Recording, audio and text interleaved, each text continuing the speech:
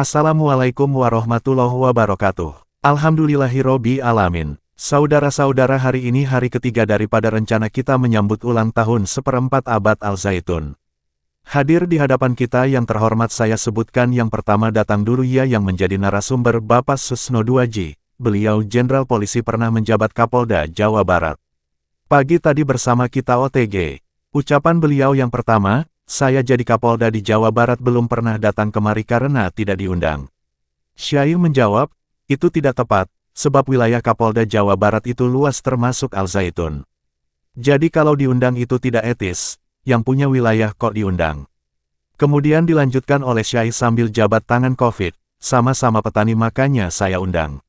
Beliau mengatakan setelah 10 tahun pensiun baru diundang. Bukan, karena sama-sama petani. Maka saya mengundang saudara saya Susno Duaji. Beliau polisi jenderal tapi adik Syai, kurang lebih 9 atau 10 tahun bedanya, lahirnya duluan Syai. Maka saudara, sama-sama petani sekarang. Cuma ilmunya ilmu kepolisian. Maka nanti kita mintakan bagaimana mengetahui hukum dan keamanan Indonesia 1000 tahun yang akan datang. Kemudian yang kedua datang narasumber kita, Bapak Mayor Jenderal Kiflan Zen. Saudara-saudara sudah tidak asing lagi dari sejak berdirinya Al-Zaitun dan perguruan tinggi Al-Zaitun ikut membidangi dan menjadi dosen tetap sampai hari ini. Dengan susah tetap dilakoni, Al-Zaitun punya dilakoni, Al-Zaitun tidak pernah susah juga dilakoni sampai sekarang.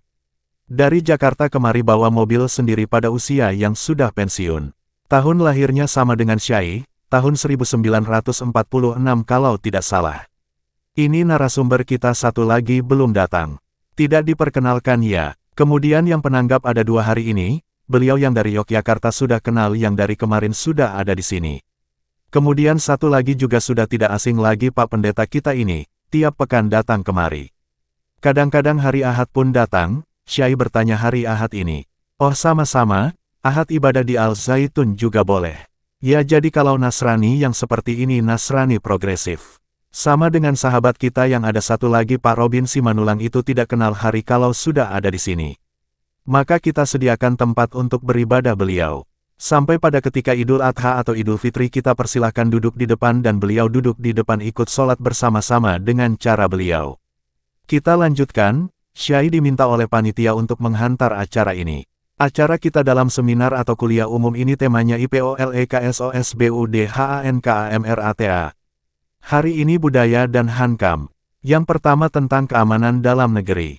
Saudara-saudara mentum keamanan itu harus ada pagar. Kalau dalam dari Rasulullah agar tiap-tiap kerajaan punya pagar, punya pelindung.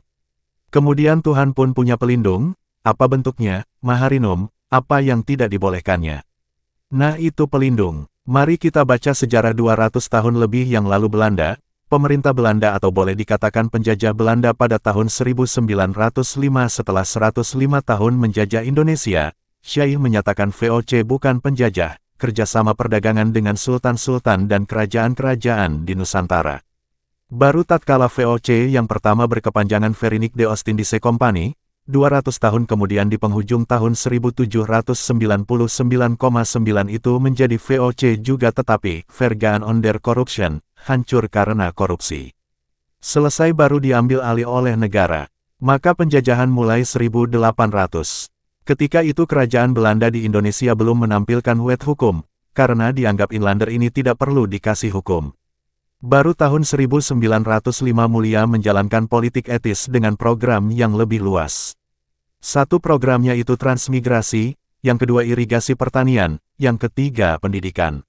Maka dirancanglah hukum. Ketika itu untuk menjaga keamanan nasional Hindia Belanda dibentuklah hukum KUHP, itu Wetboek van Strafrecht. Belanda mengatakan